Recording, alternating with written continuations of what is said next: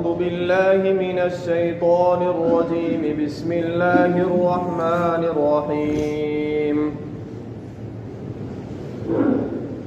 قالوا يا ذا القرنين إن يأجوج ومأجوج مفسدون في الأرض فهل نجعل لك خرجا على أن تجعل بينها وبينهم سدا قال ما مكني فيه ربي خير فأعينوني بقوة أجعل بينكم وبينهم ردما آتوني زبر الحديد حتى إذا ساوى بين الصدفين قال انفخوا حتى إذا جعله نارا قال آتوني أفرغ عليه قطرا فما استطاعوا أن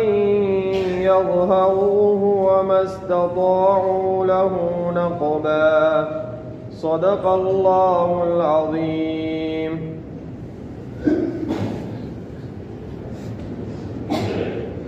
یہ سورۃ الکہف کی 94 نمبر کی آیت کریمہ ہے. گزشتہ کل ہماری بات یہ چل رہی تھی کہ حضرت ذوالقرنین نے جب تیسرا سفر کیا تو اس تیسرے سفر میں آپ کی ملاقات ایک قوم سے ہوئی جس قوم نے حضرت ذوالقرنین سے اس بات کی درخواست کی کہ ہمارے پیچھے ایک بڑی فتین اور بڑی ظالم قوم بستی ہے جو بڑا ظلم کرتی ہے ہمارے اوپر، ہمارے گھروں کو لوٹ لیتی ہے، ہمارے بچوں کو قتل کر دیتی ہے. آپ ہمارے اوپر اتنا احسان کیجئے کہ آپ ان لوگوں کے آنے کے راستے کو بند کر دیجئے. اگر آپ کہیں تو ہم سب آپ کے لیے مال کو بھی جمع کر کے آپ کو مال دے دیں. حضرت ذوالقرنین نے اس موقع کے اوپر یہ بات ارشاد فرمائی کہ اللہ تبارک و تعالی نے مجھے بہت سا مال دیا ہے، مجھے تمہارے مال کی کوئی ضرورت نہیں ہے، البتہ میں آپ کی یہ خدمت مفت کے اندر کر دوں گا. لیکن اتنی بات ہے کہ آپ کے لوگوں میں سے مجھے چند مزدور چاہیے کہ جو میرے اس کام کرنے کے اندر میری مدد کرے، کہ چند لوگ تیار ہو جاوے جو میرے ساتھ میری محنت کے اندر شریک رہے، کیونکہ ہمارے پاس مزدوروں کا سٹاف نہیں ہے. تو اس قوم نے کہا کہ ہم آپ کے ساتھ مزدوری کرنے کے لیے تیار ہیں. حضرت ذوالقرنین نے کہا کہ اگر آپ تیار ہی ہیں تب تو ہم یہ کام کر کے ہی رہیں گے. کام کیا تھا؟ کام یہ تھا کہ 2 پہاڑ تھے، اس کے پیچھے یاجوج ماجوج کی قوم جو بڑی فتین اور بڑے فتن و فساد پھیلانے والی قوم تھی وہ رہتی تھی. اب ان دونوں پہاڑ کے درمیان ایک گھاٹی تھی جس گھاٹی کے راستے سے یہ یاجوج ماجوج کی قوم آتی تھی. اس گھاٹی کو بند کرنا تھا، یہ کام تھا. تو حضرت ذوالقرنین نے اس قوم کو کہا کہ ہم مل کر یہ کام مکمل کریں گے. اس کے بعد حضرت ذوالقرنین نے اس قوم کو اپنی طرف سے پیسے دیے کہ لو یہ پیسے اور جا کر لوہے کی پلیٹیں اور لوہے کے ٹکڑے خرید کر لاؤ. چونکہ حضرت ذوالقرنین تو اس بستی کے اندر مسافر تھے، جانتے نہیں تھے کہاں کیا ملتا ہے. تو وہاں اس قوم کے جو قوم وہاں بستی تھی ان کو پیسے دیے کہ یہ پیسے لے کر جاؤ اور لوہے کی پلیٹیں وغیرہ خرید کر لاؤ. یہاں قرآن پاک کے اندر صرف لوہے کا تذکرہ ہے، ورنہ اس کو لگانے کے لیے جن جن سامان کی ضرورت پڑتی ہے وہ سارا سامان منگوایا. لوہے کا تذکرہ قرآن پاک نے اس لیے کیا ہے کیونکہ اس جگہ کے اوپر لوہا بہت کم ملتا تھا، زیادہ ملتا نہیں تھا، اس لیے قرآن پاک نے صرف لوہے کا تذکرہ کر دیا. جب وہ سارا سامان اکٹھا ہو گیا اور قوم نے وہ سارا سامان لا کر دے دیا تو حضرت ذوالقرنین نے اس دیوار کو بنانا شروع کیا. وہ لوہے کی پلیٹیں رکھنا شروع کیا اور اتنی رکھ دی کہ گویا جو پہاڑ تھے اس پہاڑ کی چوٹی تک وہ ساری دیوار کو انہوں نے قائم کر دیا. جب یہ لوہے کی دیوار تیار ہو گئی تو اس کے بعد حضرت ذوالقرنین نے اس قوم سے کہا کہ ان کے چاروں طرف تم آگ سلگاؤ، کیونکہ ظاہری بات ہے، آپ نے بھی دیکھا ہوگا شاید کہ جب آگ کے اندر لوہے کو تپایا جاتا ہے تو لوہا سرخ ہو جاتا ہے. تو حضرت ذوالقرنین نے کہا کہ اس کے چاروں جانب تم آگ کو سلگاؤ. آگ سلگائی گئی. آگ کو سلگانے کے بعد وہ دیوار جو بنی تھی لوہے کی جب وہ بہت ہی سرخ ہو گئی، اس کے بعد حضرت ذوالقرنین نے اس سے پہلے تانبے کو کئی زیادہ تانبے کو پگھلا کر رکھا تھا. جب وہ دیوار سرخ ہو گئی تو حضرت ذوالقرنین نے اس قوم سے کہا کہ اب وہ جو لوہا ہم نے پگھلایا ہے، جس تانبے کو ہم نے پگھلایا ہے، وہ پگھلا ہوا تانبا لے کر آؤ. وہ پگھلا ہوا تانبا لایا گیا اور اس کو اس دیوار کے اوپر سے ڈال دیا گیا اور بالکل سیدھا، جیسے آدمی جب اپنے مکان کے اوپر پلاسٹر کرتا ہے بالکل سیدھی دیوار بن جاتی ہے، چکناہٹ والی بن جاتی ہے، اس طرح اس دیوار کو بہت مضبوط کھڑا کر دیا، بہت مضبوط.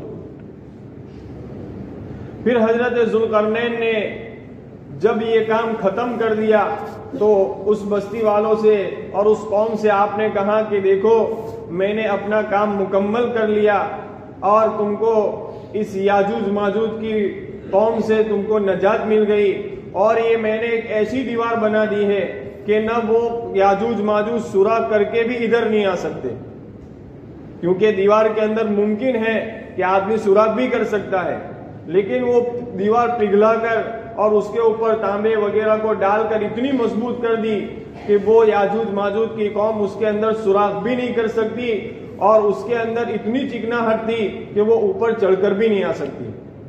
اتنی مضبوط دیوار بنا کر حضرت ذوالقرنین نے اس قوم کو دی. اسی کو قرآن پاک یہاں پر بیان کر رہا ہے. قال ما مكنني فيه ربي خير فأعينوني بقوة أجعل بينكم وبينهم ردما آتوني زبر الحديد. حضرت ذوالقرنین فرماتے ہیں کہ تم میرے پاس لوہے کے ٹکڑے اور لوہے کو لے کر آؤ. حتى إذا ساوى بين الصدفين قال انفخوا، یہاں تک کہ جب دونوں پہاڑ کے درمیان درست کر دیا. قال انفخوا، حضرت ذوالقرنین نے فرمایا کہ اب تم دھوکو، یعنی تم اب آگ کو سلگاؤ. حتی اذا جعلہ نارا، یہاں تک کہ جب انہوں نے آگ کو لگانا شروع کر دیا، آگ کو جلایا. قال آتونی افرغ علیہ قطرا، حضرت ذوالقرنین نے فرمایا کہ اب تم میرے پاس جو پگھلا ہوا تانبا ہے اس کو لاؤ. افرغ علیہ، تاکہ میں اس دیوار کے اوپر اس کو ڈال دوں. فما استطاعوا ان يظهروه وما استطاعوا له نقبا. اب بلا شبہ یہ لوگ یعنی یہ یاجوج ماجوج کی قوم نہ اس دیوار کے اوپر چڑھ سکتی ہے، وما استطاعوا له نقبا، اور نہ اس کے اندر یہ سوراخ کر سکتی ہے. اتنا بڑا کام کرنے کے باوجود حضرت ذوالقرنین نے اس بستی والے کو ایک عجیب و غریب بات بیان فرمائی، جس کو قرآن پاک آگے بیان فرما رہا ہے. قال هذا رحمت من ربی، یہ میرے رب کی رحمت ہے، یہ میرے اتنا بڑا کام کرنے کے باوجود قوم کو حضرت ذوالقرنین یوں کہہ رہے ہیں کہ اس کے اندر میرا کوئی کمال نہیں ہے، اس کے اندر میرا کوئی کمال نہیں ہے، یہ جو کچھ بھی میں نے کیا ہے یہ میرے رب کی رحمت ہے، میرے رب کی عطا ہے۔ پھر آگے یوں فرمایا فَإِذَا جَاءَ وَعْدُ رَبِّي جَعَلَهُ دَكَّا، شاید اس قوم نے پوچھا ہوگا کہ اس دیوار کی مدت کتنی رہے گی، یعنی یہ مضبوطی کے ساتھ کہاں تک رہے گی؟ ظاہری بات ہے اس کا تو علم اللہ ہی کو ہے۔ حضرت ذوالقرنین نے اسی کا جواب دیا فَإِذَا جَاءَ وَعْدُ رَبِّي جَعَلَهُ دَكَّا، کہ یہ میرے رب کا وعدہ ہے، جَعَلَهُ میرے رب کے جب میرے رب کا وعدہ آئے گا جَعَلَهُ دَكَّا، وہ اس کو ریزہ ریزہ اور زمین دوز کر دے گا، یعنی جب اللہ کو منظور ہوگا تب تک یہ اپنی مضبوطی کے اوپر قائم رہے گی، جب اللہ کو منظور نہیں ہوگا تو یہ میں نے جو مضبوط دیوار بنائی ہے اس وقت وہ مضبوطی بھی کوئی فائدہ نہیں دے گی، اور اللہ تبارک و تعالی اپنی قدرت سے اس دیوار کو زمین دوز کر دے گا۔ وَكَانَ وَعْدُ رَبِّي حَقًّا، اور بے شک میرے رب کا وعدہ بالکل سچا اور پکا ہے۔ تو یہاں پر حضرت ذوالقرنین نے ان کی جو مصیبت تھی اس مصیبت کو دور کر دیا۔ اب یہاں پر یہ بات یہ سمجھنی ہے کہ آخر یہ یاجوج ماجوج ہے کون؟ یاجوج ماجوج ہے کون؟ یاد رکھیے کہ یہ یاجوج ماجوج جو ہے وہ حضرت نوح علیہ السلام کی اولاد ہے، اولاد میں سے ہے۔ حضرت آدم علیہ السلام سے انسانوں کی دنیا چلی ہے۔ حضرت آدم علیہ السلام پیدا ہوئے، اس کے بعد انسانوں کی دنیا چلی۔ اس سے پہلے دنیا کے اندر جنات رہتے تھے اور اس سے پہلے فرشتے رہتے تھے۔ اس لیے بہت سارے لوگ آج یہ بات کہہ رہے ہیں کہ ہمارے گھر کے اندر جنات ہیں۔ گھر کے اندر جنات نہیں ہے بلکہ جناتوں کے گھر کے اندر ہم ہیں۔ ہم سے پہلے دنیا کے اندر جنات رہتے تھے۔ تو بہرحال حضرت آدم علیہ السلام کے بعد انسانیت چلی اور چلتی رہی یہاں تک کہ جب حضرت نوح علیہ السلام کا زمانہ آیا تو اس موقع کے اوپر حضرت نوح علیہ السلام کے زمانے کے اندر ایک بہت بڑا طوفان آیا، ایسا طوفان کہ پوری دنیا ہلاک و برباد ہو گئی۔ اور اس طوفان آنے کی وجہ بھی یہ تھی کہ حضرت نوح علیہ السلام اللہ کے نبی تھے، اپنی قوم کو اللہ کی طرف بلایا، بہت سمجھایا، بہت لمبے زمانے تک قوم کو اللہ کی طرف بلایا، لیکن قوم کی طرف سے آپ کو سخت تکلیفیں پہنچائی گئی۔ حضرت نوح علیہ السلام نے اسی حالت کے اندر ایک بہت بڑی لمبی زندگی گزاری، اور جب ایک لمبا زمانہ ہو گیا تو حضرت نوح علیہ السلام نے اللہ سے درخواست کی کہ اللہ میں اپنی قوم کو صبح شام سمجھاتا ہوں لیکن یہ قوم ہے جو مانتی ہی نہیں ہے۔ گنے چنے چند آدمی حضرت نوح علیہ السلام کے اوپر ایمان لائے تھے۔ اللہ تبارک و تعالیٰ سے حضرت نوح علیہ السلام نے دعا کی کہ اللہ ان کے جھوٹ کے اوپر تو میری مدد فرما دے۔ اس وقت اللہ تبارک و تعالیٰ نے حضرت نوح علیہ السلام کو تسلی دی اور کہا کہ دیکھو جو لوگ تمہارے اوپر ایمان لانے والے تھے تمہاری قوم کے اندر وہ ایمان لے آئے، اب یہ جتنے بھی باقی رہ گئے ہیں ان کے ظلم اور ان کی سرکشی کی وجہ سے ہم نے ان کے دلوں کے اوپر مہر لگا دی ہے، اب یہ ایمان لانے والے نہیں ہیں، اور یہ بات ہے کہ اب ہماری طرف سے تمہاری قوم کے اوپر عذاب آنے والا ہے۔ اس لیے ہم آپ کو یہ مشورہ دیتے ہیں کہ آپ ایک کشتی بنائیے اور اس کشتی کے اندر آپ کے ہاتھوں جو لوگ ایمان لے آئے ہیں ان کو آپ کشتی کے اندر سوار کر دیجئے، کیونکہ جب ہمارا طوفان آئے گا اس وقت وہی لوگ بچ سکیں گے جو اس کشتی کے اندر سوار ہوں گے۔ تو حضرت نوح علیہ السلام نے اللہ کے حکم کے مطابق کشتی کو تیار کیا اور آپ کے ہاتھوں جو لوگ ایمان لائے تھے وہ اس کشتی کے اندر سوار ہوئے۔ اللہ کی طرف سے پانی کا ایک ایسا عذاب آیا کہ وہ پانی پوری دنیا کے اندر پھیل گیا اور سارے جانور، انسان، سارے لوگوں کو، ساری چیزوں کو اس نے ہلاک و برباد کر دیا۔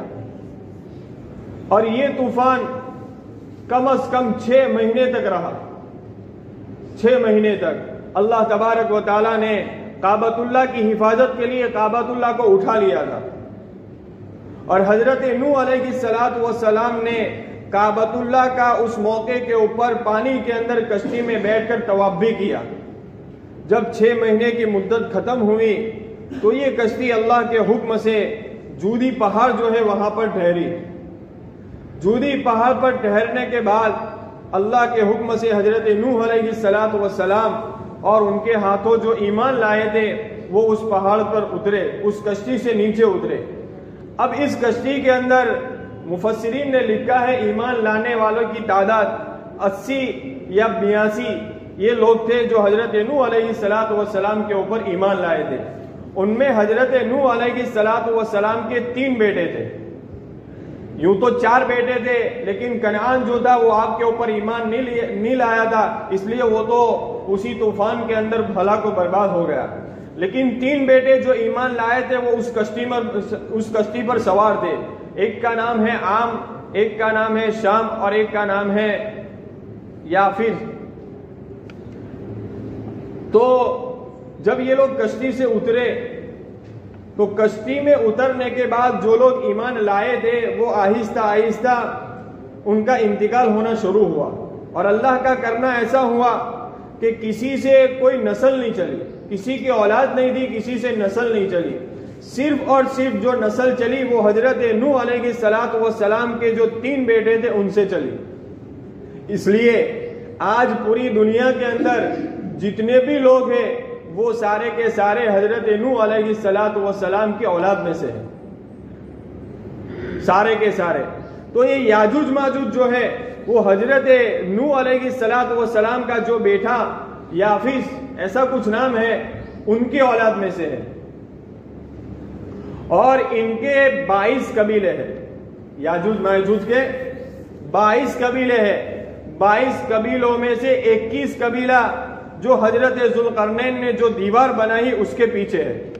22 قبیلے آباد ہے۔ اب یہ دیوار کہاں ہے یہ تو اللہ کے علم میں ہے، لیکن چونکہ قرآن پاک کہتا ہے اس لیے ہم سب کے لیے ضروری ہے کہ ہم اس کے اوپر ایمان لائیں۔ اگر آدمی ذرہ برابر بھی اس میں شک کرے تو آدمی کا ایمان چلا جائے گا۔ قرآن کہتا ہے دنیا کے اندر، یہ کہاں ہے یہ اللہ کے علم میں ہے۔ تو بہرحال ان کے پیچھے، اس دیوار کے پیچھے ان کے 22 قبیلے آباد ہے، اور ایک قبیلہ ہے جو وہ ہماری دنیا کے اندر ہے، ہماری دنیا میں آباد ہے۔ اب ان کی تعداد کتنی ہے؟ ان کی تعداد اتنی ہے کہ پوری دنیا کے اندر جتنے بھی انسان ہیں اس انسان سے 10 گنا بڑا ہے، 10 گنا زیادہ ہے۔ مثال کے طور پر اگر آپ یوں سمجھ لیجئے، مثال سمجھانے کے لیے کہہ رہا ہوں کہ پوری دنیا کے اندر 1 کروڑ کی آبادی ہے تو ان کی تعداد 10 کروڑ کی ہے۔ بلکہ میں آپ کو حدیث سے ان کی تعداد بتاؤں، چنانچہ حضرت نبی کریم صلی اللہ علیہ وسلم فرماتے ہیں کہ قیامت کے دن اللہ تبارک و تعالی حضرت آدم علیہ السلام سے فرمائیں گے کہ اپنی ذریت میں سے جو لوگ جہنمی ہیں ان کو نکال کر جہنم کے بھیج دو۔ یہ آپ کی جو ذریت کھڑی ہے ان میں سے جو جہنمی ہے ان کو نکال کر جہنم میں بھیج دو۔ حضرت آدم علیہ السلام فرمائیں گے کہ اللہ کتنے کو نکالوں؟ اللہ تبارک و تعالیٰ فرمائیں گے ہر 1000 میں سے 999 کو نکالو۔ اللہ ہماری حفاظت فرمائے، جہنم کی تعداد بہت بڑی ہے۔ 1000 میں 1 آدمی صرف جنتی ہوگا۔ جب یہ حدیث صحابہ کرام نے سنی، صحابہ گھبرا گئے، اللہ کی رسول کی خدمت میں حاضر ہوئے اور اللہ کے رسول صلی اللہ علیہ وسلم سے عرض کیا، اے اللہ کے رسول یہ کیا بات ہے؟ تو پھر ہم میں سے ایک کون جنتی ہوگا؟ اللہ کے رسول نے فرمایا، میرے صحابہ گھبرانے کی ضرورت نہیں ہے، اس موقع کے اوپر تمہارے ساتھ یاجوج ماجوج بھی ہوں گے، اور ان کی تعداد جہنم میں جانے کی اتنی ہوگی کہ تمہارا 1 ہوگا، ان کا 1000 ہوگا۔ تمہارا 1 ہوگا تو ان کا 1000 ہوگا. آپ اس سے اندازہ لگائیے کہ ان کی تعداد کتنی بڑی ہے. اور یہ بڑی فتین قوم ہے, بڑا فتن و فساد پھیلانے والی قوم ہے. ان کے پاس ٹیکنالوجی ہم سے زیادہ ہے, ان کے پاس کھیتیاں باغات وغیرہ سب کچھ ہے. اب ان کی دنیا کہاں ہے یہ اللہ کے علم میں ہے, لیکن قرآن کہتا ہے ہمیں اس کے اوپر ایمان لانا پڑے گا. اب چونکہ یہ تو فتین قوم ہے, اب ان لوگوں کو فتنہ کرنے کا, جو فتنہ کر رہے تھے, فتن و فساد پھیلا رہے تھے, حضرت ذوالقرنین نے دیوار بنا دی تو یہ لوگ تو پریشان کہ اب کیا کریں. اب ان کا معاملہ یہ ہے کہ جب یہ دیوار بن گئی تو اب یہ لوگ روزانہ اس دیوار کو کھودنے کے لیے آتے ہیں, کھودنے کے لیے آتے ہیں, اور روزانہ اس دیوار کو کھودتے ہیں. کھودتے کھودتے اتنی کھود ڈالتے ہیں کہ سامنے کی جو روشنی ہے, سامنے دیوار کے اس طرف جو روشنی ہے وہ روشنی ان کو نظر آنے لگتی ہے. لیکن اس کا سردار یوں کہتا ہے کہ بس اب بس کر دو, اب آئندہ جو کام بچا ہوا ہے آئندہ کل ہم اس کو کریں گے. جب وہ لوگ دوسرے دن آتے ہیں تو وہ تو وہی معاملہ کہ پوری کی پوری دیوار کھڑی ہے, اور جو پہلے دن تھی اس سے بھی زیادہ مضبوط. پھر دوسرے دن بھی یہ لوگ کھودتے یہاں تک کھود ڈالتے ہیں کہ سامنے کی روشنی ان کو نظر آتی ہے. پھر ان کا سردار ان کو یوں کہتا ہے کہ آج کا کام پورا ہو گیا, اب ہم اس کو آئندہ کل دوسرا کریں گے. پھر جب یہ آتے ہیں تو وہی اب اس کے اپنی اصلی حالت کے اوپر پاتے ہیں. حدیث سے ہمیں یہ بات ملتی ہے کہ جس دن اس کا سردار یوں کہے گا کہ بس اب یہ جو باقی رہ گیا ہے انشاءاللہ آئندہ کل ہم اس کو کریں گے, تو اس دن اور اس موقع کے اوپر وہ جو جتنی انہوں نے کھودی ہے اتنی ہی رہیں گی. جب دوسرے دن آئیں گے تو اس کو ختم کریں گے. اور یہ پھر دوبارہ جس طرح فتن و فساد پھیلاتے تھے اسی طرح فتن و فساد پھیلاتے رہیں گے. اب یہ کب ہوگا؟ بہرحال حدیث میں ہمیں یہ بات اتنی ملتی ہے کہ ان یاجوج ماجوج کا یہ لوگ جس دن انشاءاللہ کہیں گے اس دن اللہ تبارک و تعالیٰ کا اس کو توڑنے کا فیصلہ کر دیں گے. ورنہ یہ اللہ تبارک و تعالیٰ کی مشیت اور اللہ تبارک و تعالیٰ کے علم میں ہی ہے. اسی لیے تو اللہ تبارک و تعالیٰ نے ان کو سالوں سال سے انشاءاللہ بلا رکھا ہے. جو اللہ تبارک و تعالیٰ جب چاہیں گے تو ان کی زبان سے نکلے گا کہ آئندہ کل ہم اس کو انشاءاللہ ختم کر دیں گے. اب یہ واقعہ اور یہ کس موقع کے اوپر ہوگا اور یہ لوگ انشاءاللہ کس وقت کہیں گے, انشاءاللہ اس کی تفسیر آئندہ کریں گے. وآخر دعوانا الحمدللہ رب العالمین. سبحانک اللہم وبحمدک وتبارک اسمک وتعالی جدک ولا الہ غیرک. لا الہ الا اللہ الاحد الصمد الذی لم یلد ولم یولد ولم یکن له کفوا احد. لا الہ الا اللہ الحنان المنان بدیع السماوات والارض الجلال والاکرام. اللهم إليك ربي فحببني وفي نفسي ربك فذللني وفي أعين الناس فعظمني ومن سيء الأخلاق فجنبني. اللهم طهر قلوبنا من النفاق وأعمالنا من الرياء وألسنتنا من الكذب وأعيننا من الخيانة فإنك تعلم خائنة الأعين وما تخفي الصدور.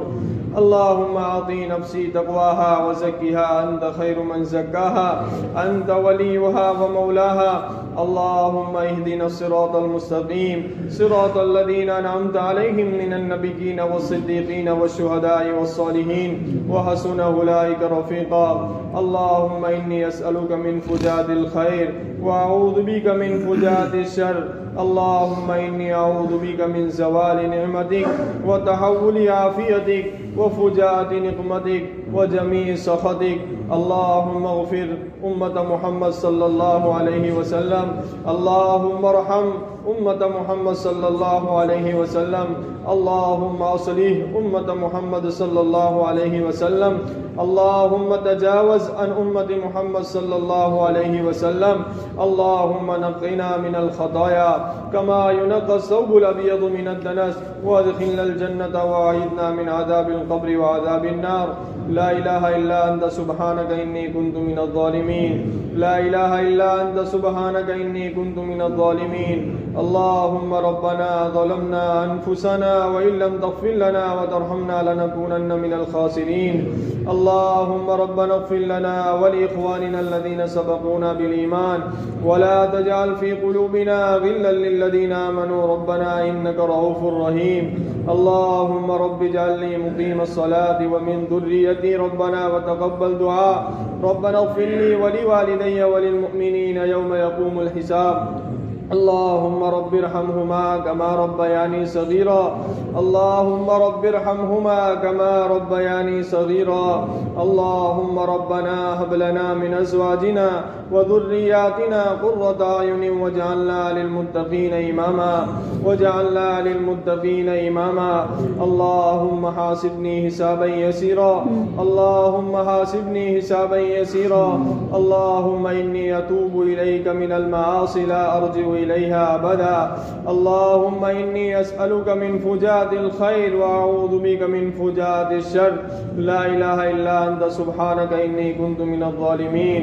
يا أرحم الراحمين، يا أكرم الأكرمين، يا حنان يا منان، يا بديع السماوات والأرض، يا فاطر السماوات والأرض، يا ذا الجلال والإكرام، يا نور السماوات والأرض، يا بديع السماوات والأرض، يا قيام السماوات والأرض، يا نور السماوات والأرض، يا عماد السماوات والأرض، يا صريخ المستصرخين ومنتهى العائدين والمفرج عن المكروبين والمروح عن المغمومين ويا كاشف الكرب.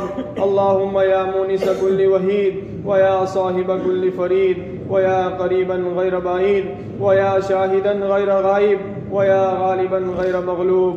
یا رحمان یا رحیم یا حنان یا منان، اے اللہ ہمارے گناہوں کو معاف فرما. گنہگار ہے، خطا کار ہے، قصوروار ہے، مجرم ہے. اے اللہ اب تک کی ہماری زندگی تیری نافرمانیوں میں گزری ہے. جن کاموں کو تو نے کرنے کا حکم کیا ان کو بجا نہیں لائے، جن کاموں سے تو نے روکا انہی کا ارتکاب کرتے رہے. اے اللہ گناہ کرتے کرتے لذتیں حاصل کرتے رہے. تیرے فضل و کرم سے ہمارے گناہوں کو معاف فرما دے. اے اللہ ہماری سیئات کو حسنات سے مبدل فرما دے. اے اللہ ہماری سیئات کو حسنات سے مبدل فرما دے. اے اللہ گناہ کر کر کے گناہوں کے عادی بن چکے ہیں. بدن کا رواں رواں گناہوں میں مبتلا ہے. سر سے لے کر پیر تک گناہ میں ڈوبے ہوئے ہیں. 360 عضو میں سے کوئی عضو ایسا نہیں ہے جو ہم نے گناہ میں استعمال نہ کیا ہو. اے اللہ زمین کا کوئی ٹکڑا ایسا باقی نہیں چھوڑا جس پر تیری نافرمانی نہ کی ہو. اے اللہ تو ہمیں معاف فرما دے. مولا تو ہمیں معاف فرما دے. مولا تیرے علاوہ ہمیں کوئی معاف کرنے والا نہیں ہے. اے اللہ ہمارے گناہوں کے اوپر کسی کی گواہی کی کوئی ضرورت نہیں ہے. اے اللہ ہم خود اقرار مجرم ہیں. اے اللہ ہم خود اقرار مجرم ہیں. اے اللہ تو ہمیں معاف فرما دے. اے اللہ تجھے معافی پسند ہے. اے اللہ ہم تجھ سے معافی مانگ رہے ہیں. اے اللہ تو ہمیں معاف فرما دے. اے اللہ تو ہمیں معاف فرما دے. اے اللہ ہم بہت چاہتے ہیں کہ ذرہ برابر بھی تیری نافرمانی ہم نہ کرے، لیکن مولا شیطان اور نفس ہمارے پیچھے لگے ہوئے ہیں، ہمیں اچھے کام کرنے کی توفیق و ہدایت نہیں کرتا ہے. اے اللہ ان دونوں کے مقابلے میں تو ہماری بھرپور نصرت و مدد فرما. اے اللہ تیری یادوں سے دلوں کو آباد فرما. تیرے نبی کے ایک ایک سنتوں کو ہماری زندگی کے ہر شعبے میں اپنانے اور جاری کرنے کی سعادت و توفیق نصیب فرما. اے اللہ زیادہ سے زیادہ تیری مرضیات والے راستے پر چلا کر تیری نامرضیات والے راستے سے ہم سب کی حفاظت فرما. اے اللہ تیرے نبی کے طریقوں کی محبت غیروں کے طریقوں کی نفرت ہمارے دلوں میں پیدا فرما۔ اے اللہ جن کاموں سے تو راضی اور خوش ہوتا ہے ایسے کام ہم سے کروا لے، ہم چاہے یا نہ چاہے ہماری پیشانیاں پکڑ پکڑ کر تیری رضامندی والے کام ہم سے کروا لے۔ اے اللہ رمضان آئے اور چلے گئے، ان کے انوار ہمارے ہاتھوں سے لٹ گئے، پتہ نہیں آئندہ رمضان ہمارے مقدر میں ہوگا یا اس سے پہلے ہم اپنی قبروں میں چلے جائیں گے۔ اے اللہ آخری عشرہ ہے، آخری راتیں ہیں، اے اللہ اس کی قدر کرنے کی ہمیں توفیق عطا فرما۔ اے اللہ جو غفلتوں کے ساتھ گزر گیا اسے معاف فرما، اے اللہ جو غفلتوں کے ساتھ گزر گیا اسے معاف فرما۔ اے اللہ رحمت کا عشرہ بھی چلا گیا، ہم نے کوئی ایسا عمل نہیں کیا جو تیری رحمت ہماری طرف متوجہ ہو سکے۔ اے اللہ محض تیرے فضل سے بغیر استحقاق کے، بغیر اہلیت کے، اے اللہ تیری رحمت ہماری طرف متوجہ فرما دے۔ اے اللہ مغفرت کا عشرہ بھی چلا گیا، کوئی ایسا عمل نہیں کیا جو ہماری مغفرت کر سکے۔ اے اللہ بغیر اہلیت کے، بغیر استحقاق کے، اے اللہ محض تیرے فضلوں سے اے اللہ تو ہماری مغفرت فرما دے، ہمارے والدین کی مغفرت فرما دے، ہمارے دوستوں احباب کی مغفرت فرما دے، ہمارے بھائی بہنوں کی مغفرت فرما دے۔ اے اللہ ہمارے اساتذہ کی مغفرت فرما دے، ہمارے مشائخ کی مغفرت فرما دے، پورے امت مسلمہ کی مغفرت فرما دے۔ اے اللہ آخری عشرہ ہے، جہنم سے خلاصی کا عشرہ ہے۔ اے اللہ ماہ رمضان میں بے شمار مخلوقوں کو تو جہنم سے خلاصی نصیب فرماتا ہے، اے اللہ تو ہم سب کو بھی جہنم سے خلاصی نصیب فرما دے۔ اے اللہ جہنم سے خلاصی نصیب فرما دے۔ اے اللہ جس طرح تو نے ماہ رمضان کے اندر نیکیوں کو کرنا آسان فرما دیا، گناہوں سے بچنا آسان فرما دیا، قرآن پاک کی تلاوت کو کرنا آسان فرما دیا، نمازوں کی پابندی آسان فرما دی۔ اے اللہ ان ساری چیزوں کو تو غیر رمضان میں بھی ہمارے لیے آسان فرما دے۔ اے اللہ ہمارے روزوں کو قبول فرما، ہماری تراویح کو قبول فرما، جو کچھ بھی ٹوٹی پھوٹی عبادتیں ہوئی ہیں تو اس کو قبول فرما۔ اے اللہ جب تو تیرے نیک بندوں کے اعمال کو قبول کرے اس وقت ہمارے بھی ان ٹوٹے پھوٹے اعمال کو قبول کر لینا۔ اے اللہ ہمیں تو مانگنا بھی نہیں آتا، تجھے دینا ضرور آتا ہے۔ اے اللہ پریشان حالوں کی پریشانیاں دور فرما، جو لوگ بیچاروں اسپتالوں کے اندر پڑے ہوئے ہیں اے اللہ ان کو شفاء کاملہ عاجلہ مستمرہ عطا فرما۔ اے اللہ کورونا مہاماری سے امت کی حفاظت فرما۔ اے اللہ ہم مانتے ہیں اے اللہ سب کچھ یہ ہمارے اعمال کا نتیجہ ہے، لیکن مولا ہم کیا کریں، ہم کمزور ہیں اور کمزور سے تو کمزور ہی وجود میں آیا کرتا ہے۔ اے اللہ تو ہماری آزمائش مت فرما، اے اللہ تو ہمارا امتحان مت لے۔ مولا ہم تو ان پڑھ ہے، جاہل ہے، اور ان پڑھ کا کون امتحان لیتا ہے۔ اے اللہ تو ہمیں معاف فرما دے۔ اے اللہ تیرا آسمان تیری زمین ہمیں بتا رہی ہے تو ہم سے ناراض ہو گیا ہے، تو ہم سے ناراض ہو گیا ہے۔ اے اللہ تو ہم سے راضی ہو جا، اے اللہ تیری رضامندی والے کام کروا لے۔ اے اللہ تو ہم سے راضی ہو جا، اے اللہ تو ہمیں معاف فرما دے۔ اے اللہ مسلمانوں کے حق میں بہترین فیصلہ فرما دے۔ اے اللہ باطل طاقتوں کو ختم فرما دے، اے اللہ باطل طاقتوں کو ختم فرما دے۔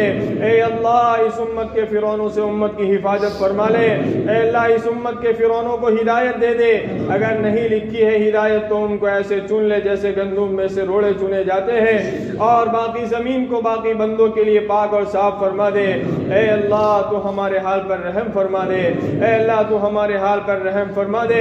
جہاں کہیں بھی دین کا کام ہو رہا ہے، جس شکل میں بھی ہو رہا ہے، جو تیرے یہاں محبوب والمقبول ہے، اے اللہ کام کرنے والوں کی حفاظت فرما لے۔ اے اللہ کام کرنے والوں کی حفاظت فرما لے۔ اے اللہ پریشان حالوں کی پریشانیاں دور فرما، بے گھروں کو گھر عطا فرما، بے روزگاروں کو حلال پاکیزہ روزی نصیب فرما۔ اے اللہ جو لوگ بیچارے عمر نکاح کو پہنچ چکے ہیں لیکن رشتہ نہ ملنے کی بنیاد کے اوپر پریشان ہیں، اے اللہ ان کے لیے بہترین جوڑے کا انتظام فرما کر اس دیواتی زندگی کی خوشیوں سے انہیں مالا مال فرما۔ بہت سارے لوگوں کے نکاح طے ہو چکے ہیں لیکن سامان مہیا نہ ہونے کی بنا کے اوپر ان کے نکاح رکے ہوئے ہیں، اے اللہ اپنے خزانے غیب سے انتظام فرما کر انہیں بھی اس دیواتی زندگی کی خوشیوں سے مالا مال فرما۔ اے اللہ تو ہم سب کو بھی اس دیواتی زندگی کی خوشیوں سے مالا مال فرما کر ایک دوسرے کے لیے نیکیوں کے وجود میں آنے کا ذریعہ اور گناہوں سے بچنے کا ذریعہ اور سبب بنا کر اے اللہ ہماری نسلوں میں تیرے دین کے داعیوں کو پیدا فرما، مسجد کے نمازیوں کو پیدا فرما، اسلام کے غازیوں کو پیدا فرما، اے اللہ علم کے عالموں کو پیدا فرما، مسائل کے مفتیوں کو پیدا فرما، قرآن کے حفاظ و قراء کو پیدا فرما۔ اے اللہ ایسے مال سے ہماری حفاظت فرما جو ہمارے لیے عذاب بنے، ایسے اولاد سے تو ہماری حفاظت فرما جو ہمارے لیے قیامت کے دن وبال جان بنے۔ اے اللہ ایسے دوستوں سے ہماری حفاظت فرما جن کی آنکھوں سے محبت ٹپک رہی ہو لیکن دل کے اندر بغض بھرا ہوا ہو، اے اللہ ایسے دوستوں سے ہماری حفاظت فرما۔ اے اللہ تو ہمارے حال پر رحم فرما، مانگا وہ بھی عطا فرما، مانگنے سے رہ گیا تیری شان عطا فرما، ہم نے مانگا ہمارے گمان کے مطابق تو دے تیری شان کے مطابق۔ اے اللہ جن تیرے بندے اور بندیوں نے دعا کے لیے کہا ہے، لکھا ہے، متوقع ہے، اے اللہ ہر ایک کی جائز اور نیک تمناؤں کو جائز طریقوں سے پورا فرما۔ اے اللہ ہماری اس ٹوٹی پھوٹی دعاؤں کو محض تیرے فضل و کرم سے اے اللہ جناب رسول اللہ صلی اللہ علیہ وسلم کے صدقے میں اور اے اللہ معتکفین کے اعتکاف کے صدقے میں اے اللہ تو ہماری اس دعا کو قبول فرما۔ سبحان ربک رب العزت عما یصفون وسلام علی المرسلین والحمد للہ رب العالمین برحمتک۔